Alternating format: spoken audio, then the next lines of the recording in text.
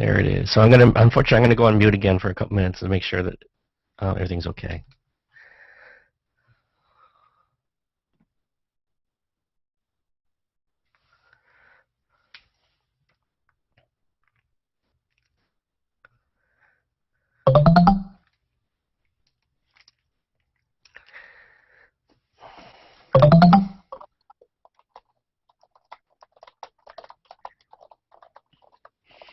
Hey, Erika.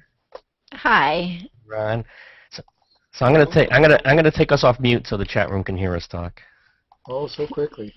And that's one less thing for us to worry. Well, most shows we just do it right away. Yeah.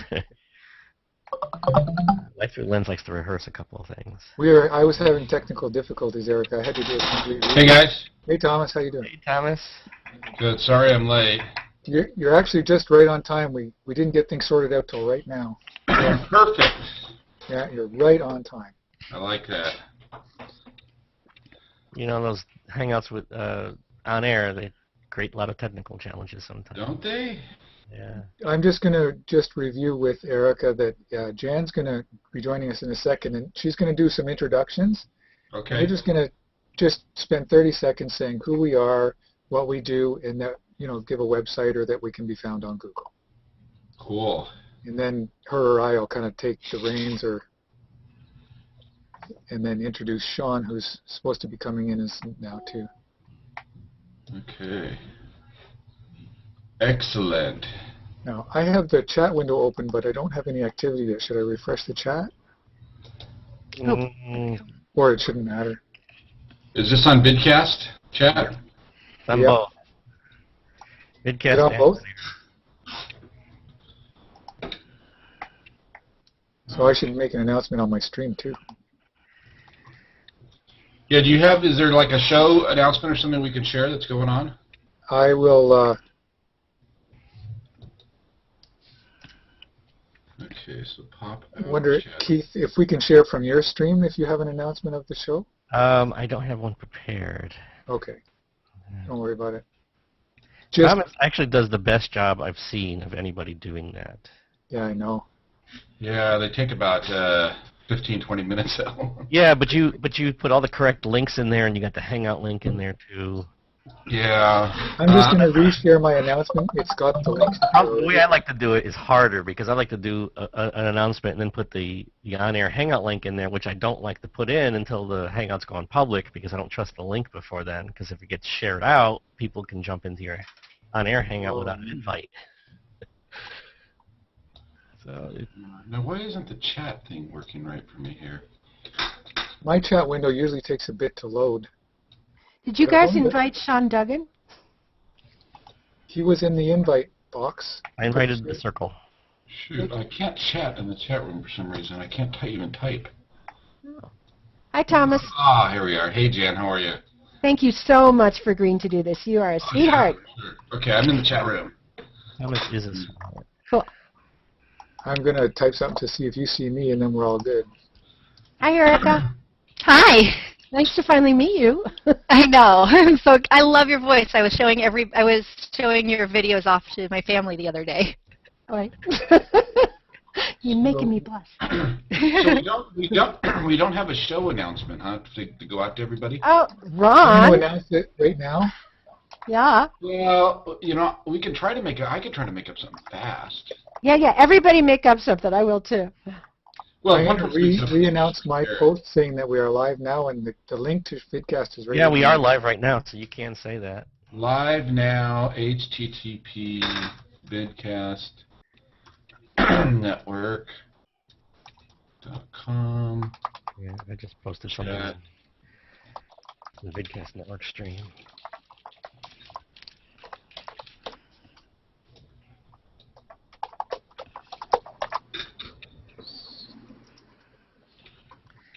I need to make a video edit here.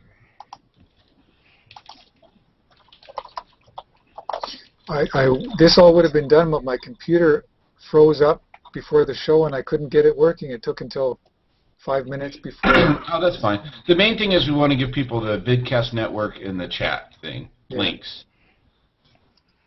Okay, so I just posted the Vidcast one. The chat link I can get right off the top of the chat window, right? Yeah. It's called The Photoshop Show is the name of the show? That's Yes. right. Okay. With Jan Kabili. Kabili, is that how you say that, Jan? Kabili. Kabili. Jan And Kabili. co-host Ron Clifford. Tonight's special guest. No, we're missing our special guest, right? Yeah. He's on his way, I hope. How do you spell his name? S-E-A-N. Oh, I was doing Sean, that's why. And his last name is D-U-G-G-A-N. I'm going to double check that circle you sent me, Ron, because... Sean Duggan, okay, I got him here. Tonight's special guest, Sean Duggan. Guest panelists, myself, plus, and Keith Barrett. Sean Duggan is in there, yeah.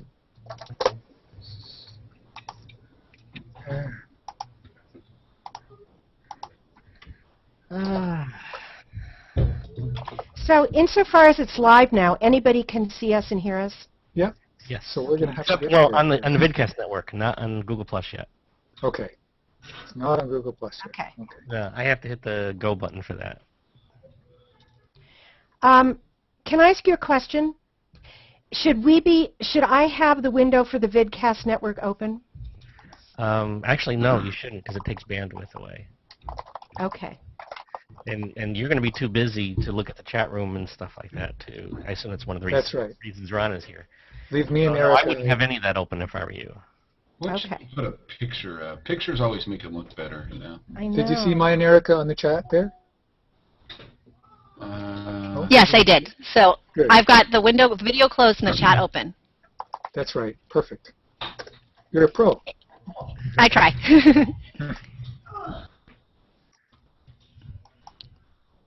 Well, mine didn't. I just posted and it didn't show people as live links for some creepy reason, which I hate that. I'm just going to double check that Sean got his invite through our circles. I put him in our circles, right? Oh, Erica's Could in. be that he can't get on. Who cares? I can try to send a private invite. He's in the circle I gave you, right, Keith? Sean is? Let me get my phone and I'll call him. Okay. That sounds like somebody. That could be him right there. Is he there? Yep. There he is. Hi, Sean. Star. Hey, how you Good doing? to see you. Hey, Sean. My browser crashed when I tried to get in before. Oh, that's okay. You're there now. Mine did the same I'm thing. here now. Must be Google rolling out an upgrade. Yeah.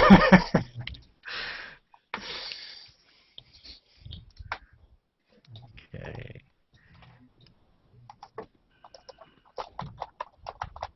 So I assume we're getting closer to when you want to start. Yeah.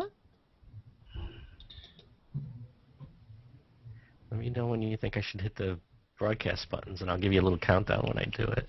So I should not have the Google Plus window open, but I want to see what's going on. You'll just have to trust us. So in other words, I just want to be clear. You're saying I shouldn't be looking at anything but my desktop? No.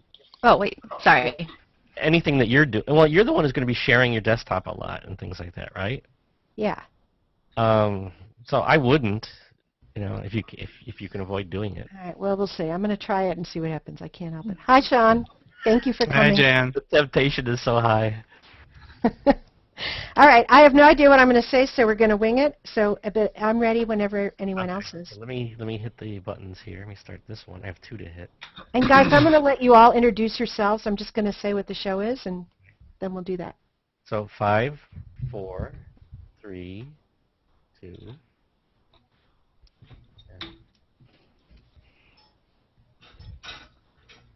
We're on. Hi, everyone. We're live with the Photoshop Show. Welcome. I'm Jan Kabili, and I'm your co-host tonight, along with the inimitable Ron Clifford. Say hi, Ron. And we have a great lineup tonight of special guests and guest panelists. Before they introduce themselves, I just want to tell you a little bit about what Ron and I were thinking when we came up with the idea to have this Photoshop show on G+. You know, I've been teaching for a long time in so many different venues. I've taught online, I've taught in universities, I teach at a place called lynda.com, and I've written books and magazine articles. I've tried to do it in every way I could think of. And all of those efforts were to reach people. Because I really think that nowadays you have to know how to use photo editing programs. It's just part of the way we speak to one another. It's a language that we all use. If you don't know that language, it's going to be hard for you to communicate. So, Ron and I had the idea that a great way to reach people and to help people who need to learn how to use those programs is to do it live right here on G+ using the Hangout feature. So we're going to give it a go. And this is our debut show. I'm really honored and excited to have a very special guest for this show, the famous Mr. Sean Duggan, who has written some of the books that you've been reading for years about Photoshop and is a teacher and fine artist in his own right. And we also have an amazing panel here. So I'm going to let each of those people on the panel and our guests introduce themselves. Why don't you start, Erika? Hello, my name is Erika Thornes, and I've been on Google Plus for a few months now, and I am a photographer, mom of 3 little girls, and an active person on the beach and all around. And you can find me on Google Plus as well as erikathornes.com. And what do you mostly use Photoshop for, Erika? Compositing and just all around photo editing. I've seen some of your composites on your Google Plus page, and they are so great. They're huge fun. They're great, and I hope to have you back here as a guest so that you can share with us how you do them and let us see a bunch of them. Sounds and good. Keith, you're down there next. Tell us who you are. I'm Google Plus's Keith Barrett of the vidcastnetwork.com, and I'm happy to be here. And I'm a Photoshop novice or newbie, so I'm very happy to look at this, and thank you.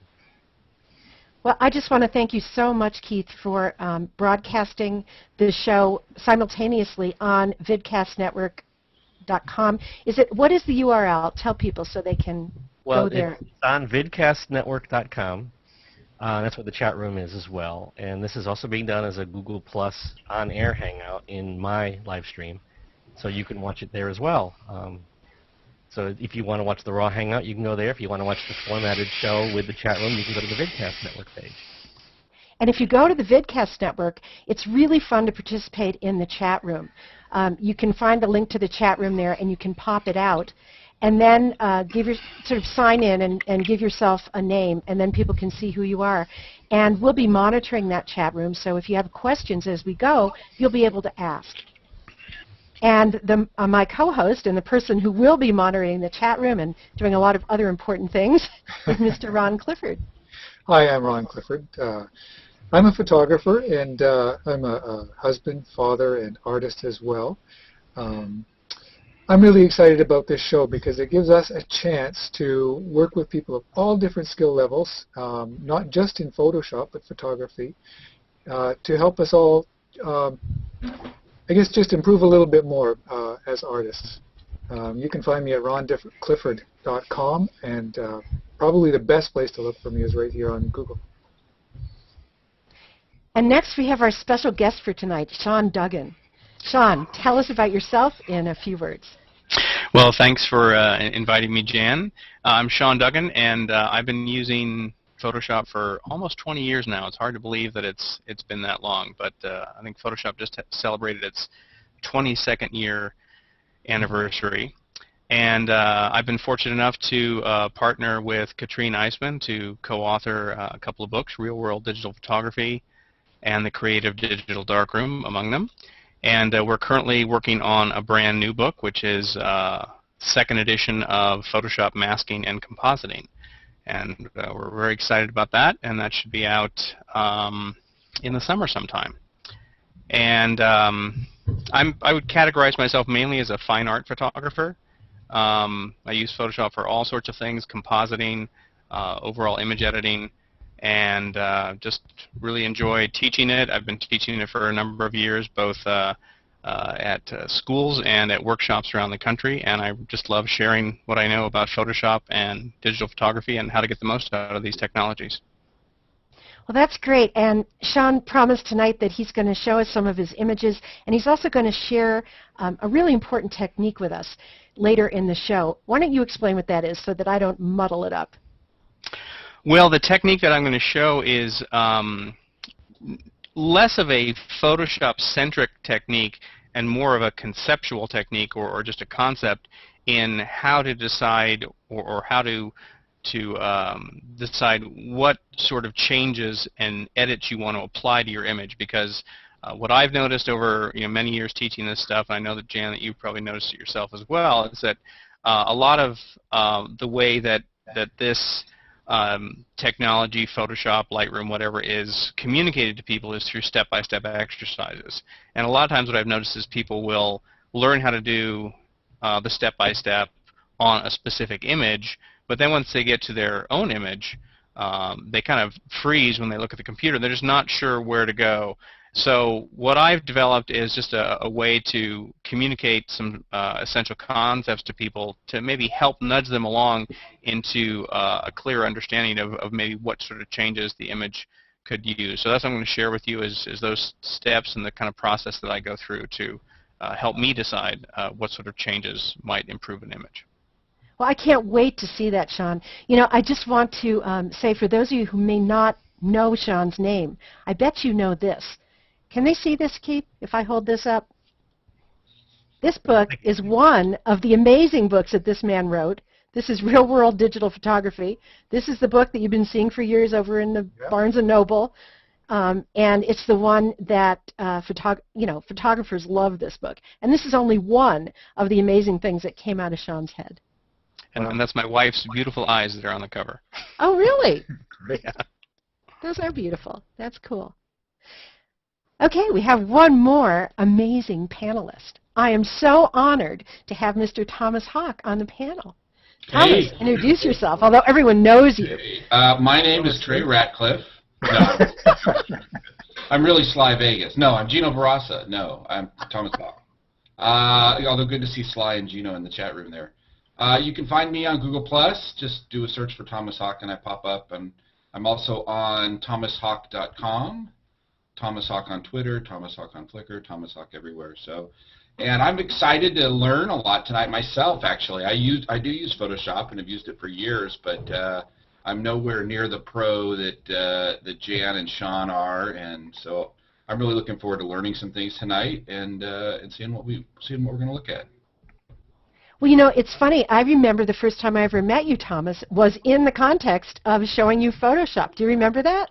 It was. I do remember that. I remember at the time, this goes back a number of years with Scoble, and we were doing a show for the photo walking show. Scoble and I were doing a photo walking show, and I'd been using Photoshop, but Jan was there to school me and whip me into shape, and so all of a sudden she's showing me all these things. Oh yeah, if you just hit this command and do this, just hit this keyboard. I'm like, what? I remember that. Why didn't I know that 6 months that? ago? Jan just saved me hours and hours of work. So Jan is very, very good, and I'm not one to read the manual so much, and so I think the type of instruction that she gives, obviously both in person from way back, but ongoing through her teaching at lynda.com and all of that is just such a wonderful resource for all photographers, and so I'm happy to be here. But yeah, we go back a ways, Jan. We do, and we met in Robert Scoble's bedroom. Ah! We did.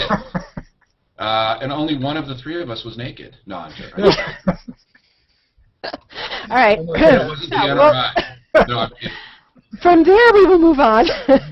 So, I think it's really easy to start talking and kind of get, just talk about Photoshop, but I really want to show you guys how to use it. And so I'm going to try to not do that as much as I would normally like, and just jump right in and show you how to do something that I think is really important. And that has to do with layer masks. One of the reasons I'm showing you this is because it's going to kind of lead into what Sean shows you in about 10 minutes or so, but also because this is the thing about which I get the most questions. People really understand that layer masks are powerful, but I think a lot of people aren't exactly sure what they're doing or how to use them. So I thought I would just give you a real basic tutorial on layer masking, and then once you've got that under your belt, you'll be able to use layer masks for more sophisticated things down the road in your own work, and as we show you more things here on the show in weeks to come, then you'll understand what we're talking about. So I'm going to try to share my screen. Let's see how that goes.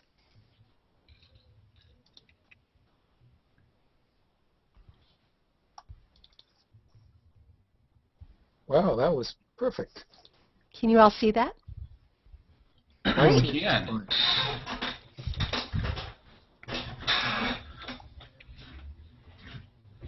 Although now we're looking at Sean. So Keith, you might want to click on her screen maybe, or to select her. Is that better?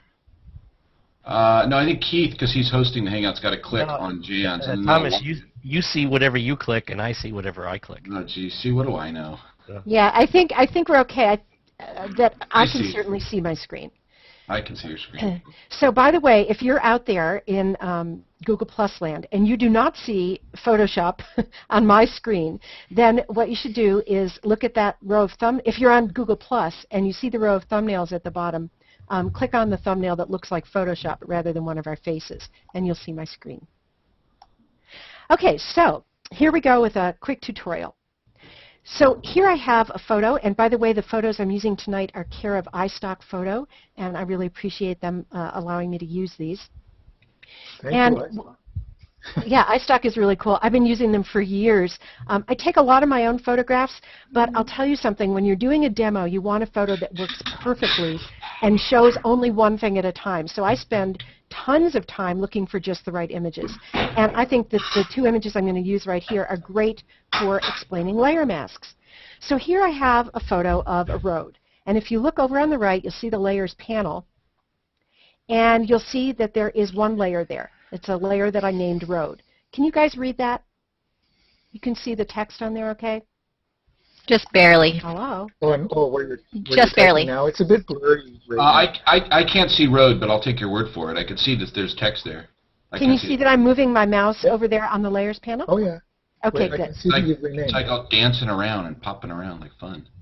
All right, I'm going to try to make it not pop.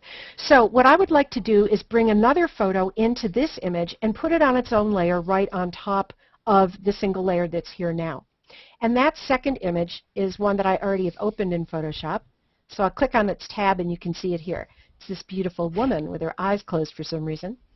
And there are many ways to bring one image into another. I'm going to do it a real simple way so we don't get off in a big analysis of that issue. I'm going to select this entire image. You can, of course, do that with shortcuts, but I like to teach people by showing them what I'm doing. So I'll go to the Select menu and I'll choose All. The shortcut is Command or Control A. Now that whole image is selected, so I'll click back on the photo of the road, and I'm going to paste the selected, and with the woman selected, I'm going to copy that image. The shortcut is Command or Control C. I'll go to the Edit menu and I'll choose Copy so you can be sure to see what I'm doing. Then I'm going to go to the road image, and here I'll paste Command or Control V or Edit and Paste.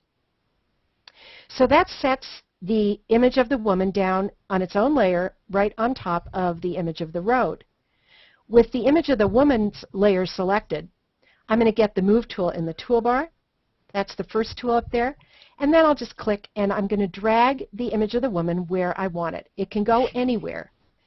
Now, these two images don't have to be the same size in order to put them together using a layer mask. Sometimes that helps things, but sometimes it's fine to do it this way, where the top layer happens to be smaller than the bottom layer. I'm actually going to name that top layer so I can talk about it for those of you who can actually read it. I'll call it Woman. Okay, so now comes the good part, and that is adding a layer mask. What I'm going to do here is add a mask that's going to hide part of the woman on the woman layer. And the reason I want to do that is so that we can see down through part of this image of the woman to the road on the layer below. All this part where there's kind of a white pillow behind her. That really doesn't blend in very well with the road behind. So how do you add a layer mask? First, I'll select the woman layer, And to add a layer mask, the old way to do it, and the way some of you may know the best, is to go down to the bottom of the Layers panel, and there is an icon that looks like a washing machine. It's a square with a circle in the middle. So if I click that, that will add a layer mask, or the Photoshop CS5 and maybe CS4 way is to go to the Masks panel, which is right up at the top right of my screen. If you don't see a Masks panel, you can open that panel like any panel by going to the Window menu and choosing the Masks panel. Anyway, I have my Masks panel, and I will click this little icon that looks like the washing machine and it's got a plus symbol in it. Either way, either here or at the bottom of the Layers panel, that will add a layer mask. Now if you look at the woman layer in that Layers panel, you can see there's a second thumbnail on the layer. The first thumbnail is the photo, the picture of the woman. The second thumbnail is a blank white rectangle. When you first create a layer mask, it usually does come in as white. And now here's where the important information comes in. A layer mask is kind of like a grayscale image in its own right. And it can, because it's grayscale, it can only be white, black, or gray. When or where a layer mask is white, it shows everything on the layer to which it's attached. Okay, so Ron, which layer is this layer mask attached to? The layer mask is attached to the layer of the woman there. Exactly. So this layer mask, this white layer mask, is showing everything on the woman layer. But if I add black to this mask, black on a mask hides what's on the attached layer. So if I add black here, what am I going to be hiding, Ron? Part of which layer? You'll be hiding part of the woman. Exactly. Now, there are a lot of ways, or there are actually 3 different ways that you can add paint to a layer mask. I don't want to spend too much time in this tutorial, so I'm just going to show you 2 of those ways really quick. The first thing I'm going to do is make absolutely sure that I have the layer mask thumbnail highlighted, and I know that because there's a thin black border around it. And I it may just be want hard to say to how see. important that is before you go on, because that's the one mistake I constantly make, is forgetting to highlight the mask I'm working on. So I just You're absolutely right. That is like one of the things that I call a gotcha. A gotcha is a thing that everybody does. And so I always tell students, hey, it's not something that you're doing wrong. It's probably an interface design problem. And that's why we all get caught on it. So don't feel bad if you make the same mistake everyone makes, which is forgetting to check that there is a border around the mask. Instead, if there were a border around the thumbnail of the woman, then I would just be painting with black on the woman's face. Not a good plan. So I've got that layer mask thumbnail highlighted, and I'm going to go over to the toolbar on the far left and make sure that black is the foreground color. If it isn't, you can just press X on your keyboard. The only colors you're going to have here are going to be black and white at this point, probably. You may have gray, but you won't have any colors there. And that's because we're working on a grayscale layer mask. So I press X, and that switches my foreground and background colors until I have black as the foreground color. And then I go up and I'll get the brush tool. It looks just like a paintbrush in the toolbar in Photoshop. It's about 7 tools down from the top. I'm going to make sure that I'm painting with a full opacity brush in the options bar for the brush tool. And now I'm going to come in here and click and drag. Now look what's happening. As I paint on top of that woman, I'm not painting with black on the woman image. I'm painting with black on the mask. And as I do that, what's happening, Ron? Sorry, We're hiding what? it's allowing the picture below to show through because you're masking the layer you're currently on. That's right. I'm painting with black on the woman and hiding part of the woman. Exactly.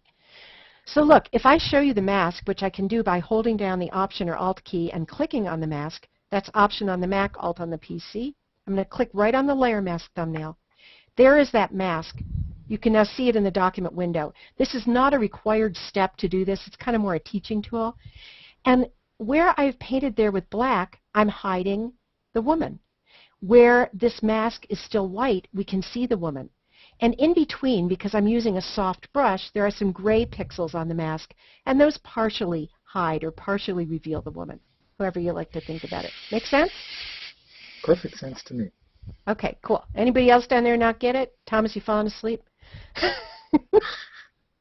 Oh no, I'm here. I've got it. I just had my mic muted because I was clinking my martini. Well, drinking and Photoshop definitely go together. That's cool. Looks Okay, great. look, I'm gonna Option or Alt click now again on this layer mask. Again, that's Option on the Mac, Alt on the PC, click on the layer mask thumbnail, and that takes the document back to its regular view. Now, the cool thing about layer masking is it is non-destructive of the photo that's on this woman layer. So I'm not selecting and deleting anything. I'm not erasing anything. I'm just temporarily hiding part of the woman. So if I make a big goof and I paint with black across her face like that, I'm not really hurting the photo at all. And I in like fact, it. You like that? That's cool. I'm into that. That's cool. Well, in fact, I can bring her face back, even though you like it, Sean. And the way I would bring it back is to paint with the opposite color, with white, on this mask. Could you just hit Command-Z, too? You could, but you don't want to do that. Here's why. If you've made a bunch of different strokes, Thomas, you can Command-Z and then Option Command-Z, Option Command-Z, Option Command-Z till you're blue in the face. That's right. It's way easier to just paint this back. So I want you to stop thinking in terms of how you would work on a regular layer, which is do an action and then undo. Right. Instead, I could paint 10 different strokes, click, click, click, click, and then come over here to the toolbar, switch to white paint by clicking the double pointed arrow there, or just pressing X on my keyboard. And now I'm painting with white on the layer mask, and I can kind of paint on top of all the black strokes that I made in just a couple of seconds. Did you see that? It's like magic. It's like magic. It's Photoshop magic. Photoshop is magic. Okay, so cool. So this is the basics of layer masking. You paint with black to hide what's on the layer to which the mask is attached. You paint with white to show what's on that layer, or just leave parts of the mask white. And in between where there's gray, it partially conceals or partially shows what's on that layer. Now, it still doesn't look too good. And that's because you can only do so much when you're painting on a mask. And when you have things like fine detail like hair or trees or something like that, maybe you don't want to sit here and try to paint in between each one of her hairs. No, you don't. No, it would drive you crazy. So instead, I'm going to show you quickly one other way that you can add black, white, and gray pixels to this mask, and that's using a black to white gradient. So to get back to where I was at the beginning, I'm going to fill this mask with white.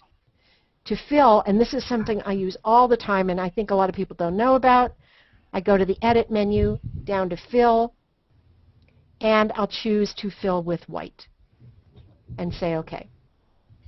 Now we see the whole woman again. Why? Why, Ron? Because the mask is what? Because it's all Mask white. is white, so it's allowing the whole line to go through. Yeah. Perfect, perfect. Yeah, All right, see, now, and Thomas, I can relate because she just saved me a whole bunch of steps just now.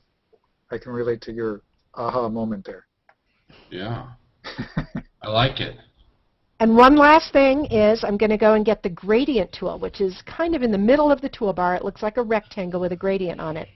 When I click that, I'll go up to the options bar, and I'll make sure that the first icon is selected, the one that is for a linear gradient, which means one that goes right to left or up and down rather than in a circle or some other pattern. I'll go down to the bottom of the options bar, and once again I want black as my foreground, white as my background. So I'll click X on my keyboard or click the double pointed arrow at the bottom of the toolbar. And now I'm going to drag out a gradient. Now it depends where I start and which direction I go and how far I drag the line. Each time I'll get a different look. So I'm going to start at the edge of the woman just because I cheated and practiced in advance and I know where it looks good. See this line here? Can you see that on your screens? Yeah. There's a thread. I'll drag and I'm going to stop just about at her cheek and release my mouse. Nice. Now what's happening? Wow. Looks good, right? Yeah. Wow. Jen, what if you want to make her eyes open up? No, I'm kidding. That's another I'm joking. I'm joking. You might be able to do it. But now look, if I do that a little bit differently, if I start way over here and click and drag, I get a different look. And each time I click and drag with the gradient, I get a different look. And so I can keep doing this until I like the way it appears. And each time I drag with this tool, it's like starting again. So it does reset each time. It kind of resets every time. Now let's just look quickly at that layer mask. I'll Option or Alt click on it so that you can see what it's doing. Where this mask is black, it's hiding the very edge of the woman photo. Where it's gray, it's doing that nice gradual fade in, so we sort of see the woman's hair. And where the mask is white, we totally see the woman's face. And that corresponds to this result on the photo. And I can fine-tune this by getting my brush, getting white paint, and if I want to see more of her face and her hair, I can just bring some back by painting with white on the mask here. And that's bringing in a little more of her hair. So I don't want to go on too long because we have lots to do tonight, but those are the basics of layer masking. And the reason you want to do it is because it doesn't destroy the underlying photo, the woman photo in this case, and because it's re-editable and flexible in the ways I just showed you. And if you really hate the whole thing, you know what you do? You click on that layer mask and you drag it to the layer trash at the bottom of the layers panel. You say delete, I don't want to apply it before removing, and everything is gone. It is that flexible. As long as you save in a format that will retain your layers. So don't save this as a JPEG when you're all done, or everything will squinch together and you'll lose the ability to go back and work on the mask. Great. So that's about as fast as I can do that. I hope you got it. That's pretty cool. The good thing is this is recorded on vidcast, so you can go back and watch it over and over and over. But I have to tell you, you really do explain things well. That's your gift. Oh, and Ron, you're so nice. Ron, are you married? Yeah. 22 Ho, ho, ho. Hubba, hubba. No, I'm not available at the moment.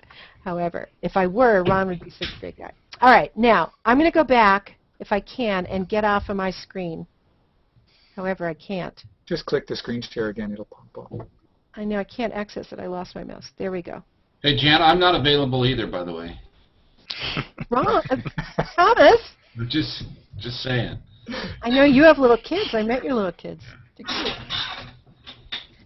So look, that is a basic tutorial. If you remember that, I think you'll really have a better handle on what Sean's going to show you, because this idea of hiding what's on a layer is true not only when you're trying to make a composite like I was, but even if you're working on a different kind of a layer, like a layer that helps you to adjust your photo, an adjustment layer. And Sean, I would love it if you would show us some of your photos, and then maybe after that show us your tutorial, and I think you're going to be talking a bit about adjustment layers there. Is that right? Indeed. We're going to dive into some adjustment layers and some layer masks. So what you did is a perfect intro overview of the basic layer mask functionality, and then I'll show people how to do it a little slightly differently to apply tonal and contrast corrections to an image. Awesome. So what I will do is share my screen. While you're doing that, I'm going to share your website information in the Oh, chat. very good. So you go ahead and talk. I'll mute, and I'll share that into the chat room so people can All right. check you out.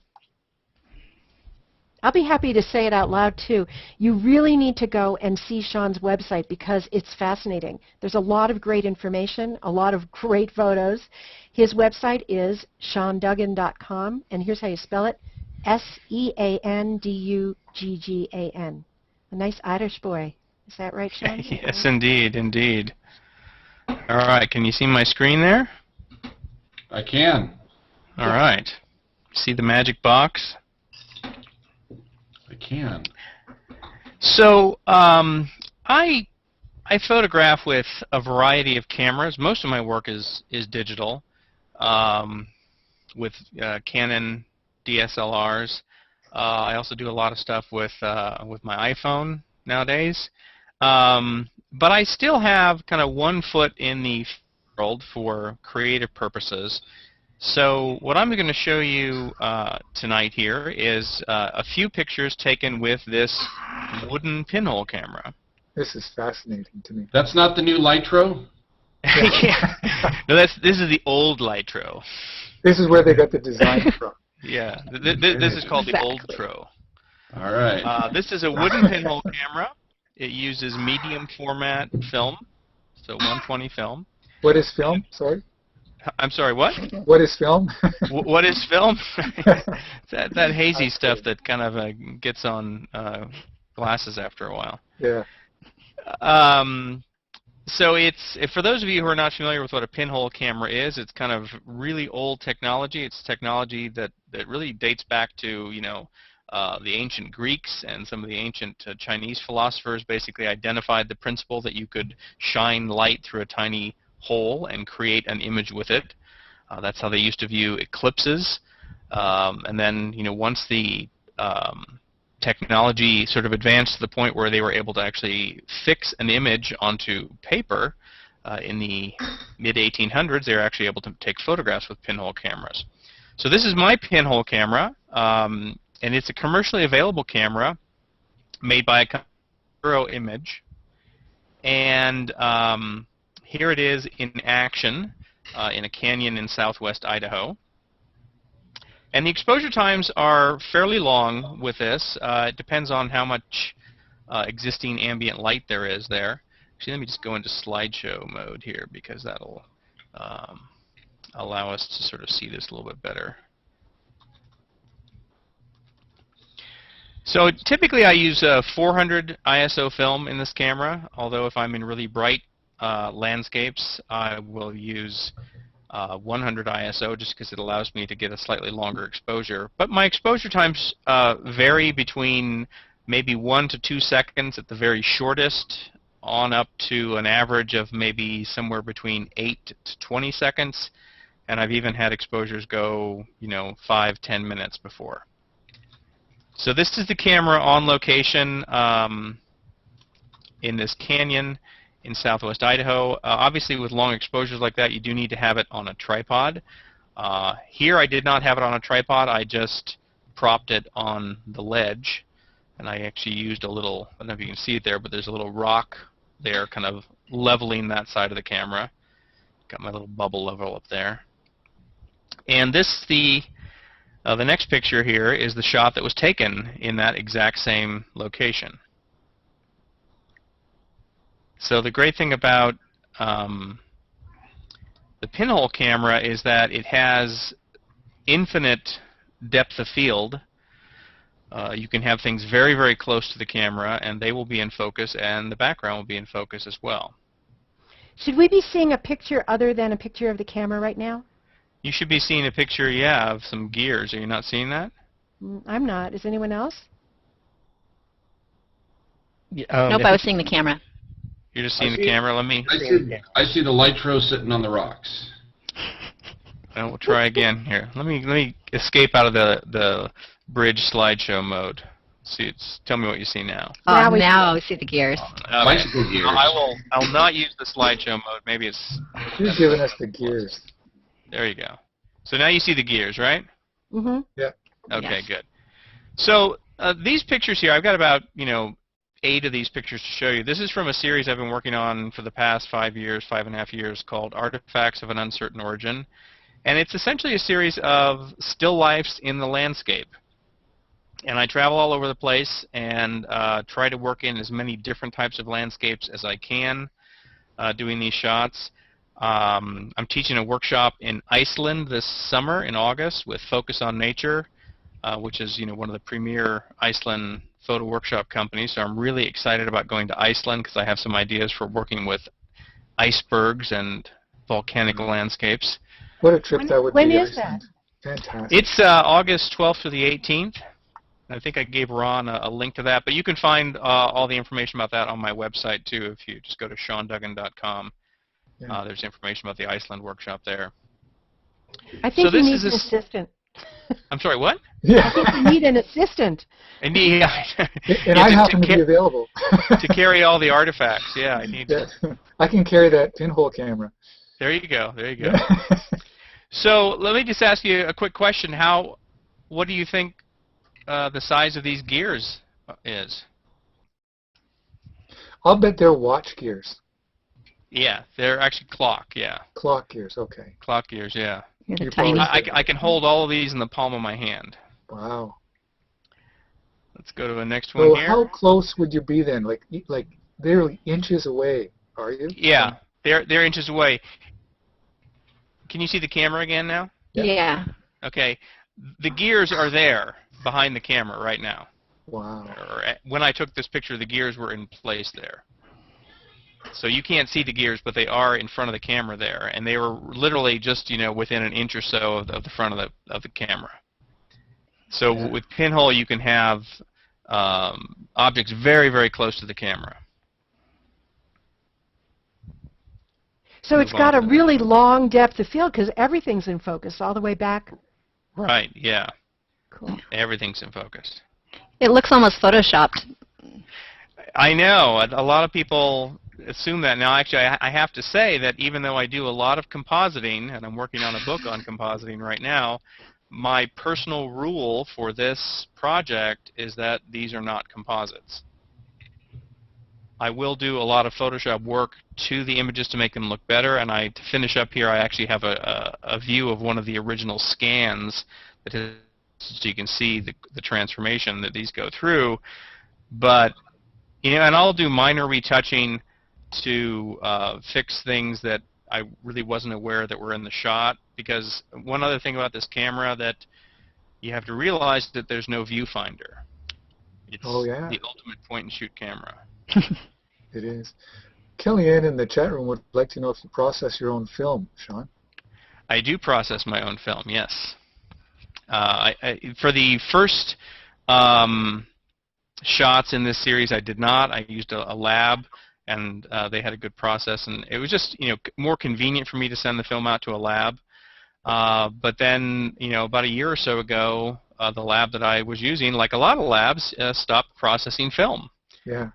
And I wasn't happy with some of the other labs that I tried, and I had all of the gear on hand to do my own processing because I used to do it all myself. And processing black and white film is about one of the simplest type of darkroom activities that there is. So I just decided to start doing it myself. So now I process it myself again. But this is color, not black and white. No, it's black and white. Oh, is it? Yeah, look, it says 400. Is that Tri-X or T-Max? That's Tri-X, yeah. You guys remember Tri-X? Are you old enough? Why do I see color in there? Because of Thomas, the what I've done is, after I develop the film, I choose the negatives I want to work with, and then I scan them, and then all of the toning is added in Photoshop. Ah, okay then. That explains it. There we go. So here's another one. This is, I've worked with a lot of different landscapes in many states across the country, from Hawaii to Maine. I'm always looking for different ways to kind of push the boundaries of how I'm working with the landscape, and this was an image where I basically had the idea for the image for a couple of years before I was able to really realize it the way I wanted to. And this is shooting straight down into a tide pool down in Monterey. And fortunately, there were starfish there who agreed to pose in my shot. Did you get a model release? Yeah, I got a starfish release for them. Yeah. You dip them in ink and tap them on the paper. Oh, that's cool. Death Valley. Actually, White Sands, New Mexico. Yeah. Love This is White one of Sands. My favorite White images Sands is that a I great saw place. because I love it for the simplicity of the elements. It's just fantastic. So the reality of my own personal rule on this series is that I end up doing crap, long distances into the wilderness area sometimes. So this was hiking like 2 or 3 miles into White Sands to get this shot here, and carrying lots of heavy metal objects, which is a little bit crazy, but You took the parking meter out there 2 miles? Yep, I did. Wow. Kind of like a tripod, right, Thomas? You got to haul that big thing. You know, you Yeah. can just Photoshop that in if you want. I know I could. And Okay. believe me, there are situations that I've gotten into where it certainly would have been much, much easier. By the way, this is not a full-size pole. I bought the parking meter head, and I had it modified to put about 2.5 feet of pole on the bottom, so I could just spike it into the sand. Nice. This is one where it would have been a lot easier to Photoshop it in. Yeah. Have you gone to either of the poles, Sean? Like Antarctica or the No, I'd love to go to that Antarctica. camera would be amazing at somewhere down, Yeah.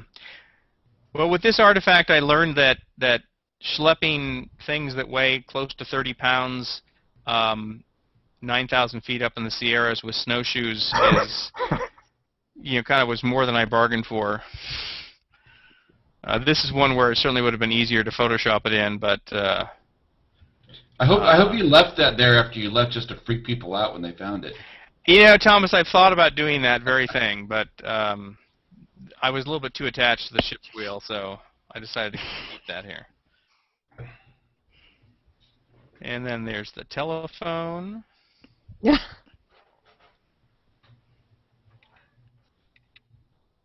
And that reflection is natural?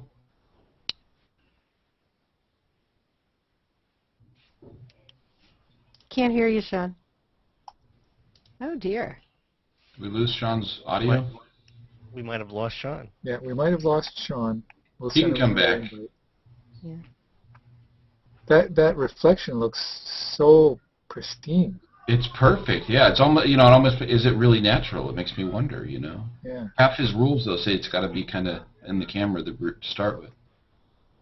I can't believe that he hauls this stuff out in the middle of nowhere. Yeah. If you can still hear us, Sean, it would probably be a good idea to pop out and then pop back in through the invitation, or we'll send you another. Okay, now he's out. Yeah. So let me ask you guys. Thomas, do you use Photoshop now, or are you still using mostly Lightroom? I use Lightroom 95% of the time, and then if I have to bring it into Photoshop to do something that I just can't do in Lightroom, mostly effects-related stuff, I'll bring it into Photoshop. But you're more comfortable with Lightroom now, just because of the way the sliders are and stuff. My style is I'm trying to process at least 350 photos a week, and so I just need to go fast. And Lightroom for me, I can just power through a bunch of photos much faster than I can in Photoshop. But occasionally, if I want to do something, I want to do, put a frame around a photo or do something different, I'll use Photoshop to do that. And I'll use other programs too. I'll use On1 software, and I'll use there's this little Photo FX. What is it called? It's FX Photo Studio Pro, which is just like an effects little package, cheap, like $30. But mostly I'm doing Lightroom. But Photoshop's great. I love Photoshop. Well, it's interesting. When I started in this business, and Sean too, there wasn't any Photoshop probably, and then there was, and then there wasn't anything else for a long time. And I think we've talked about this, where Adobe went ahead and developed Lightroom because they saw, I think, that people like you and other photographers who were doing high volume work really needed something different. And it's not kind of an either or. Photoshop or Lightroom. I think you're right in how you're using them and using together.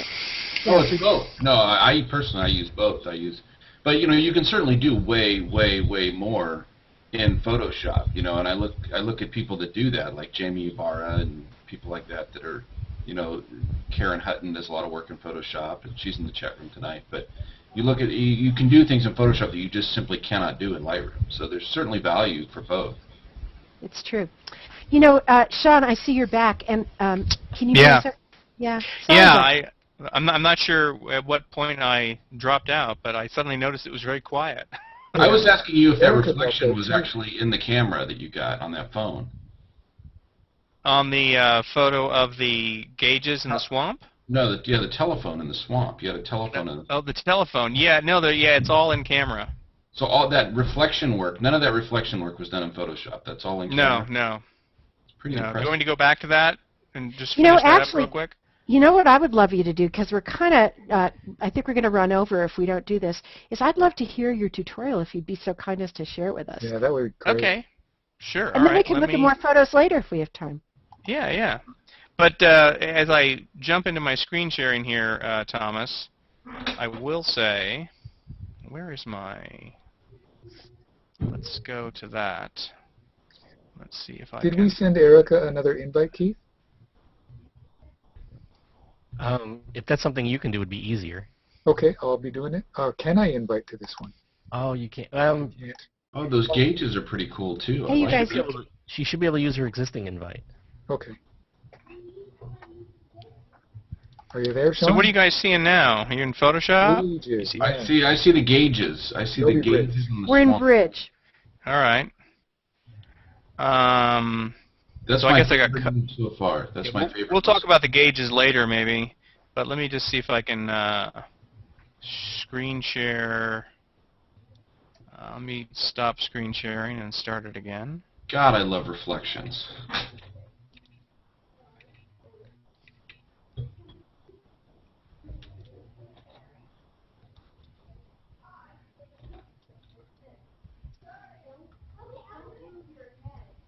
Does somebody have children? I've got some upstairs. They're a floor above here. Yeah. I've got 4 of them. 4 They're children. wild. So we have about 30 minutes left that we have to. You having trouble All with right, that? I'm just trying to get Google Plus to show me my Photoshop. It's only showing me Bridge when I. Oh, there we go. Okay. Okay, now you guys seeing Photoshop? Yes. All right. Just going to go into full screen mode here. So the basic concept behind this technique again is more. We lost it when you went full screen Yeah, mode. when you went full screen, it just went white. It was All okay right. before you did that. Let me just go back to standard screen. You seeing it now? Nope. Don't do anything fancy, I think, is the I answer. guess Google Plus doesn't like. I don't know why we're glitching. We had this worked out. Oh, Erika's back. Erika's back. Yay. You're back. Yeah. We have Okay, crashed alright. at the same time as C See the crashed. elevation sign now. But Okay, you know, good. Sean, we can't see your panels, your palettes or panels or anything. Now that is Death Valley. That is Death Valley. Indeed, it is. Are you Well, sharing I can- from the It's desktop? because you're sharing the app instead of the desktop, I believe. Yeah. Can you Are see you him So you sharing now? have to from go- the desktop, Sean? You have to change your share to be desktop. Okay, I was sharing just the app. Yeah, you have to share desktop and then choose the app after you've shared it. Ah, okay. Well, let's see if we can get that now. Yeah, that was one of the issues we have with the Hangouts. There. Perfect. Now we see your palettes. There we go. Okay. Cool. And you could probably go full screen from there. Oh, I don't want to chance it. Okay, we'll just go. We see you pretty much full screen anyway. Good, good.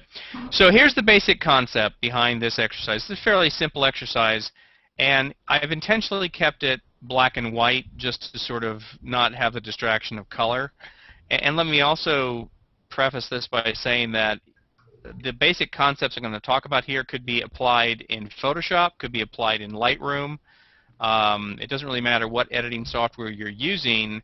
The main point of this exercise is to help people decide or how to decide what to edit in an image. So a couple of the processes that I've come up with, or actually I didn't come up with them intentionally, I just had people ask me questions. How do you decide what to do to an image? And so I started examining my process more closely to figure out how I did that. And I've come up with about 3 different things that I realize that I do when I try to decide what to do to an image. One is I sort of treat the image as a story or like a stage play, and I try to identify who is the main character in the stage play, and do I need to light that character differently than the rest of the stage play. So in this image here, the main character is the sign. Of course, it could be argued that the landscape is just as much of a character as the sign, but I think the sign And is that probably sign's the main at character. Badwater, right? Not quite at Badwater, Almost. because Badwater's like 258 feet below. Yeah. And actually, the last time that I was at Death Valley, I didn't even see this sign. They'd taken this one away. This is somewhat before Badwater. Ah, okay. So the other thing that I do is that I look at the image and I kind of divide it up into multiple parts, and I ask myself, well, can I treat those different areas differently? So I've got the sky in this image, and the sign, and the far mountains, and the near landscape. And I try to basically ask myself, well, what is the story in this image, and how do I want to direct the viewer's eye? So the main thing that I saw in this image here was that the sign is the main character. It might be nice to sort of pump some contrast into the sign to separate it more from the background because it's kind of going flat into the background a little bit. So what I'm going to do here is I'm going to add 3 adjustment layers to this to show you ways that you can look at a scene and make changes to it that work with the existing story of the image as well as what the existing light in the scene is doing. So the story of this picture is that I was driving along and the sun was going down, and I quickly pulled over to the side of the road when I saw this sign, got the camera and the tripod out of the car, but I didn't quite get set up fast enough. And the light level was low enough that I really did need the tripod. And so the sun kind of was sunk behind the hills over here, or the mountains, and I just missed the sunset. But I still kind of liked what was going on here. So what I'm going to do first is I'm going to deal with the main character in my scene, which is the sign, and I'm just going to make a selection of that. Now there's many ways that I could make that selection. I'm not going to spend a lot of time on showing you that. I actually have a preloaded path in my Paths panel that I'm going to click on to make this a selection. I'm going to hold down the Command key on a Mac or the Control key on Windows just to make that path a selection. But if you had to make this selection yourself, probably the tool of choice would be the Quick Selection tool, because there's enough contrast between the sign and the sky that it would select it pretty good. So next I'm going to come to my Layers panel, and down at the bottom of the Layers panel there is a little icon that I call the yin-yang icon, or as a woman in Florida once described it to me, the chocolate vanilla cookie. So Jan, it was funny when you said you described the layer mask icon as a washing machine. I'd never heard it referred to as that. All right, I'm going to choose a curves adjustment layer. And I'm going to be working here in the adjustments panel. And all I'm going to do is add contrast. And contrast, it's really hard to underestimate, or actually overestimate, how important contrast is to a photograph. So contrast is the difference between darks and lights, how different they are. So in an image that has low contrast or flat contrast, there's not that much difference. They're closer together. And an image that's high contrast, there's much more difference between those. So what I want to do on this sign here is I want to increase the contrast. I want to take the darker tones of the background of the sign and make them darker than they currently are, and I want to take the lighter tones of the lettering and the edge of the sign, and I want to make those lighter, because by making the lighter parts lighter and the darker parts darker, I'm going to make that sign pop out and look much more visible and dramatic. So I'm just going to take a point in the lower part of the curve here, and actually the other thing you could do is you could grab this tool here, which is sort of a targeted adjustment tool, and you can drag on the image itself. So I'm going to drag down to darken, and then I can come over here and target the highlights on one of the letters and drag up to lighten that. And then I can come in here and fine-tune that a little bit more. So Sean, it looks like only that sign is changing, and why is that? Well, good question. Good question. Keen-eyed fellow Google Plus travelers, if they look at the Layers panel, and let me just tear my Layers panel off so we can see it a bit better here. Notice that I have, what is that there? A layer mask. Yeah. Just like you were showing, Jan, in your part of the show earlier. So this is a layer mask, and the reason I have a layer mask here is because I started out with a selection of that sign. Tricky. And whenever you have a selection active and you add an adjustment layer, Photoshop makes the logical assumption that you want to only affect the area that you had selected, and so it kindly makes a layer mask for you. So that is why only the sign is being affected here. So that's a good start. You can see how that addition of contrast really pops out the sign. You can notice it a lot more. And this is all non-destructive. I can come back in and adjust my curve a little bit more if I want it to be a little bit more balanced. So my next stop here was I wanted to deal with what was going on with the sunset. And this brings up another thing that I often ask myself when I'm adjusting pictures, is I ask myself this very simplistic question, what would nature do? And that is basically a way of saying, well, I'm going to take what was actually taking place in the scene, the lighting that was actually taking place in the scene and the conditions in the scene. I'm going to use that as a guide for how I might enhance the image and make further adjustments. So what was taking place in the scene over here above the mountains is the sun had just gone down. You can see that there's kind of a light glow there. And what I want to do is I want to pump that up and make that a little bit more pronounced. So it really looks a little bit brighter there. So for that, I'm just going to grab the elliptical marquee tool. And I'm going to position my cursor roughly over the middle of this sort of bowl of the mountain. There's this kind of depression here. And here's a little trick for you. Normally when you draw with the elliptical tool or the rectangular tool, it treats the point where you first click as a corner, and you drag out from that corner. If you would rather drag from the center of the click point, you can click and then hold down the Option key on a Mac or the Alt key on Windows, and it will drag from the center. So sometimes that makes it a little bit easier to position things. And the only caveat there is you need to let go of the mouse button before you let go of the Option or Alt key. Otherwise, Photoshop will return it back to the default behavior. So there's my selection there of the oval there.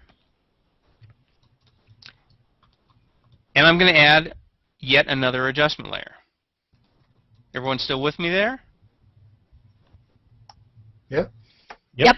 Yep. Okay, good. Yep. We're mesmerized. All right. Safari. Jesus Christ. Well, the last time it got quiet, I kind of dropped out, so I just want to make sure that I'm not. Yeah. All right, so I've got my adjustment layer there, and my aim here, again, is I'm sort of working with what was happening in the scene. The sun had just gone down. I want to pump that brightness up a little bit more. So I'm going to add yet another adjustment layer. I'll go to the bottom of the Layers panel to get my adjustment layer button, and I'm going to go to Curves again. I love curves. Curves is like the Swiss Army knife of tonal correction in Photoshop. It can do so much. Now, for this, I just want to brighten it up. Now, if you look at the, it may be kind of hard to see, but you'll notice that there's like a little spike here, sort of on the right side of the curve grid here, and then kind of some more tones down here on the left. These tones down the left are the mountain tones, and this spike here is the sky. And you'll see that once again I do have an adjustment layer mask here because I started with a selection. So I just want to brighten that up. So I'm just going to actually take this top point and move it over and really brighten the heck out of that. Look at that. Doesn't that look so beautiful? Wow, you know, I never would have thought to do that. I know. It's just so great. Everybody wants a floating egg in Death Valley. Looks kind of science fiction-y. Yeah, it is. It is. I need Area Sigourney 51. Weaver there or something. So obviously the edges are too hard, but Photoshop provides a nice way to fix this.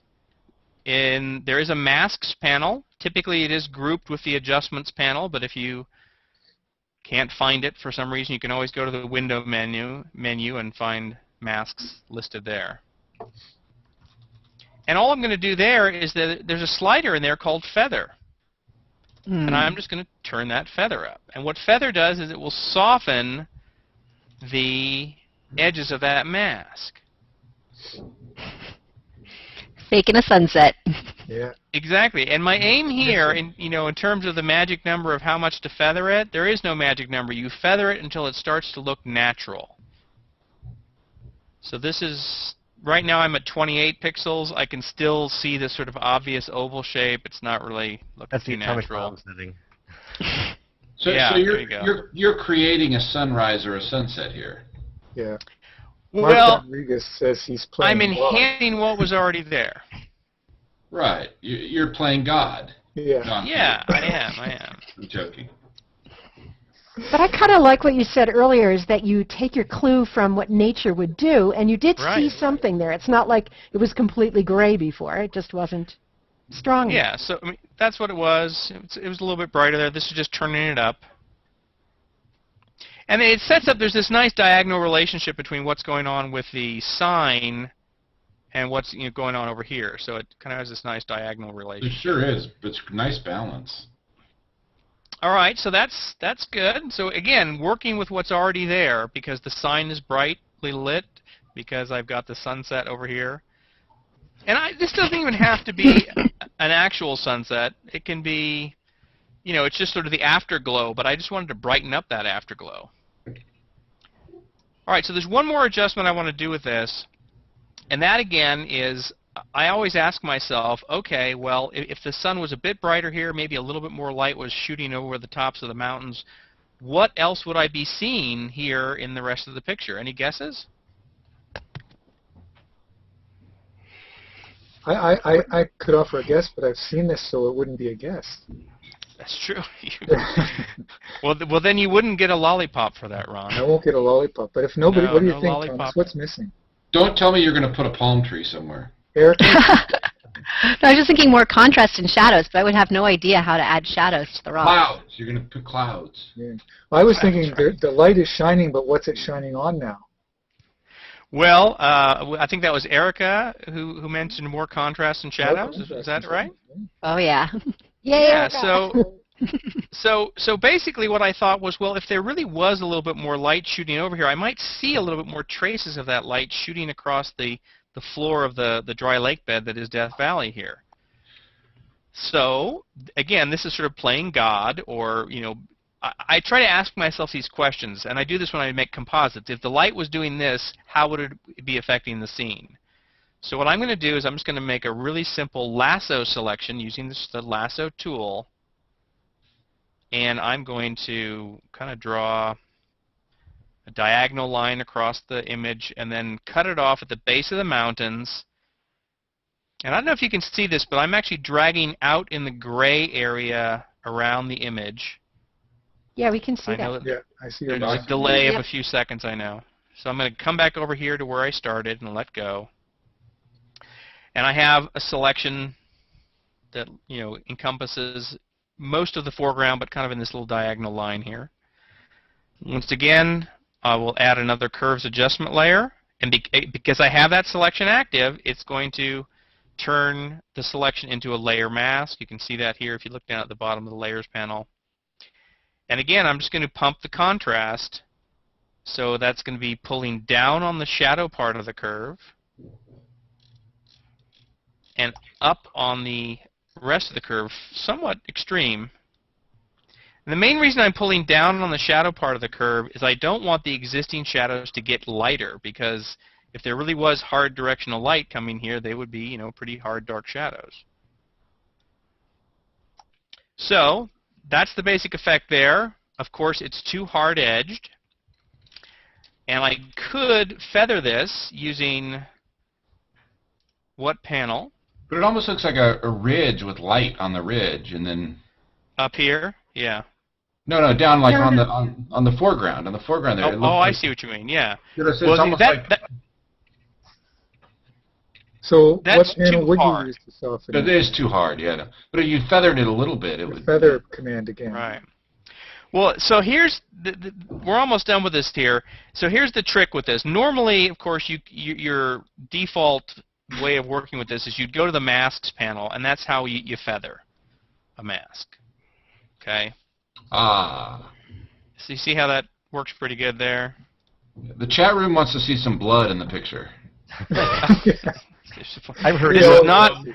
I've heard aliens. This is not a Quentin Tarantino picture. There will I be told you it was a blood. color picture, didn't I? I know There will these be guys. blood. That's All right, just so the- fantastic. I mean, But there's one thing missing here. One final thing missing. me.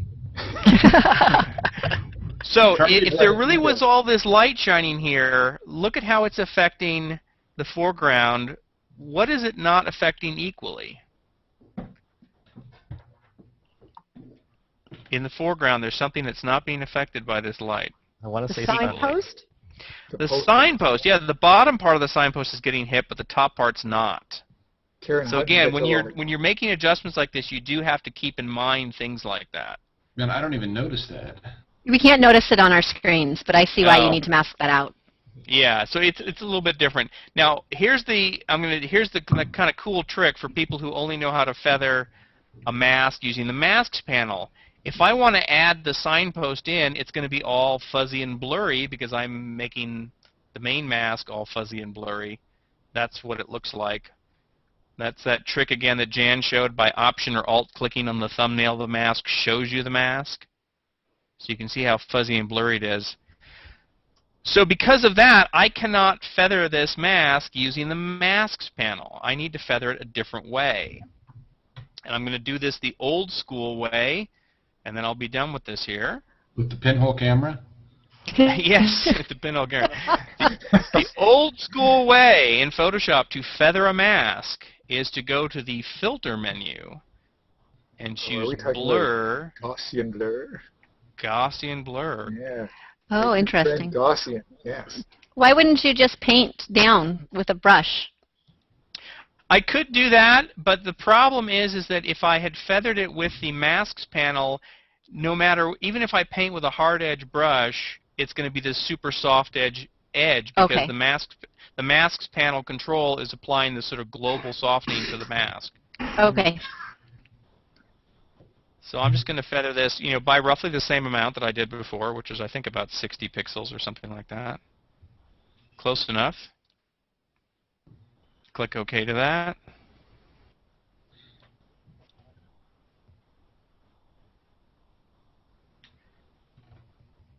Everybody still there? I want that. You're still there? Yep. Okay, good. Yeah, Yep, we're we're here. just waiting.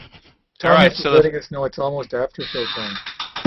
I think Thomas is waiting for the watermark. No, God. Sean, you don't watermark your stuff, do you? I sometimes do, Thomas, but we won't get into that here. All right. I know. That means that you can't follow me on Google+, but I Oh. sometimes do. No. I'll follow you anyways. I like you. All right, so here's what I'm going to do. I have the Quick Selection tool active, and I'm going to drag on the top part of this sign to select it. And I don't have to drag all the way down. I just need to drag the top part. And I could do this any number of ways. I could use the polygonal lasso tool or something else. That's probably close enough. I'm going to now fill this selection with what color to affect the top part of the sign with this adjustment. White. Black. Exactly. So I'm Oh, I going know, to, white. now here's a shortcut for you if you're a shortcut aficionado. If you want to fill with the foreground color, Option Delete or I think Alt Backspace. Alt backspace. Alt backspace. on yeah. Windows will fill with the foreground color. What's Windows? Oops. There we go. I saw that. I saw what you did, Sean. You didn't have the No, mask I accidentally hit selected. something. No, I clicked accidentally on something else. That's what she Cool. So here's what this looks like real quick here, just so you people know what it looks like. Let's undo this here so you can see. So here's the mask view. Can you see the mask view yet? Yes. I'm just going to fill with the foreground color.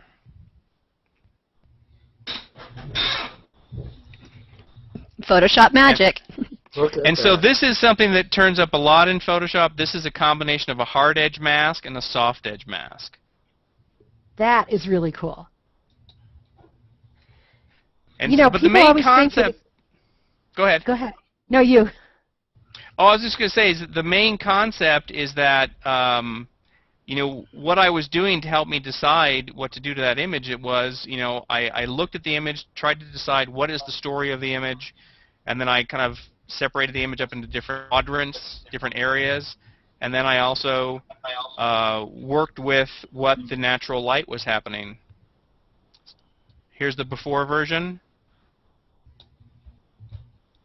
and there's the after version. That I is vote so for the great. after version. Yeah, I would vote for the after version too. All right, I'm going to unshare my screen here. Well, I really want to thank you for showing us that, because my experience is, especially with Lightroom, not so much Photoshop, people go in and they just start dragging things around because they're not, Yeah. they don't go through this process you just taught us, which is analyze the thing first. Decide what you want to do and have reasons for it. Don't just go in Right, there and do, slide, slide, slide, slide, slide, slide, goodbye, because you're going to, sometimes you get a good one, but probably not as often as if you do it with a purpose in mind, as you suggested. Cool. Very cool. My only advice for Sean is that he should use Chrome for his browser instead of Safari. It's much better. Yeah. Yeah, I haven't tried Chrome yet, but I've heard good things about it. We have Okay, less look, than you 10 guys. minutes left for our regular show. So I know Jan is holding up a book that we'll click to in a second, but I just wanted to open up to the chat room if they have any questions for you. And then you're welcome to stay. Once we end this broadcast, we'll go into an after show that's not broadcast live, but the chat room can still see and we can take part that way. Can I do one thing before we do that, which is I want to make sure that people know where to find Sean, that they know that he's leading these amazing workshops, and in particular, I just want to repeat what he mentioned earlier, that he has the Focus on Nature workshop in Iceland, which is August 12th through 18th, and if you guys haven't seen these photos people are taking in Iceland, I mean, they're spectacular, right, Sean? Oh, yeah, I'm really looking forward to going to Iceland. Very cool. And then also, and this is huge news, do you want to tell them about more about the book you're working on? Well, I kind of already teased a little bit, but yeah, we're working with Katrine Eisman on an update to her excellent book, Photoshop Masking and Compositing.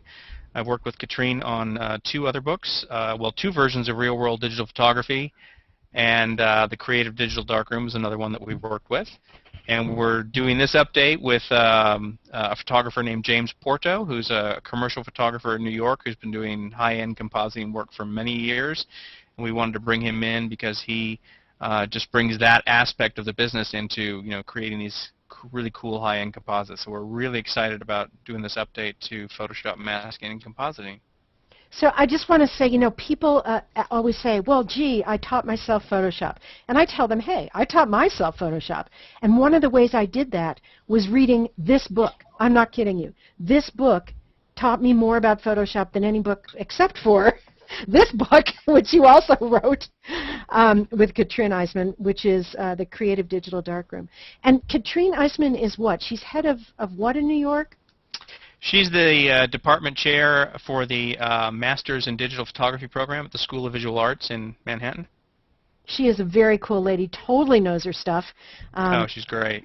Yeah, so you're so lucky to be able to work with her. I'm totally impressed. Yeah, I am. Count my lucky stars every day. Okay, now did you want to talk about anything else that has coming up for you, or that's kind of it? We have 5 minutes. No, that's about it. You can find more information about me at my website, SeanDuggan.com, and I've got a newsletter I put out every couple of months. It's free. It has Photoshop tips and stuff in it, and videos sometimes. So, and of course, you can always find me on Google+. Yeah. We've heard of Google+. I like it. We have, yes. I'm a fan. It's causing quite a stir, apparently. Apparently, it's like the new Facebook, but better. Yeah, it's a That's what I've heard. And this is one of the reasons, because there's guys like this on it. Yeah. I got to say, I really appreciate you coming on myself and going over that. I just love it when people can make things really clear. I also love the fact now that we have the recording of it, we can go back when we're less distracted and just have a much more careful look at it. Cool. Well, I appreciate the invite. Cool, Yeah. cool to hang out. Thank you. I learned some new tips tonight. Awesome. Good stuff. Yeah. So, Ron, do we have time for questions? Yeah, we have time for some questions. I was also wondering if, Erika, if you might have 1 or 2 pictures of your whimsical things you might share. I do. Let me grab them up real quick. Yeah, I'd love to see This those. is so much fun. And We have less than 3 minutes. And it'd be great to have. I can do it really fast. Okay. Okay, let's see. Is it showing my... Yeah, there it is. Okay.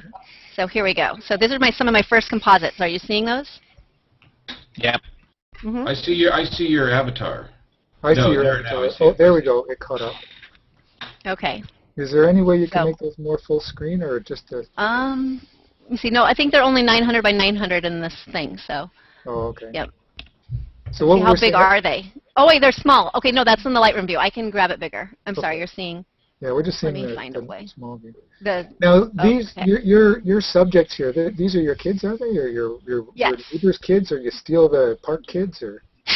No, they're my children. Okay. I'm trying to figure out how to. Yep. Kids are cool. There we go. Yeah. So those are my kids, and so I decided to do a holiday book for composites for them. Oh wow. So I've been using a lot of these different techniques. So, These are yeah. fantastic. I love these.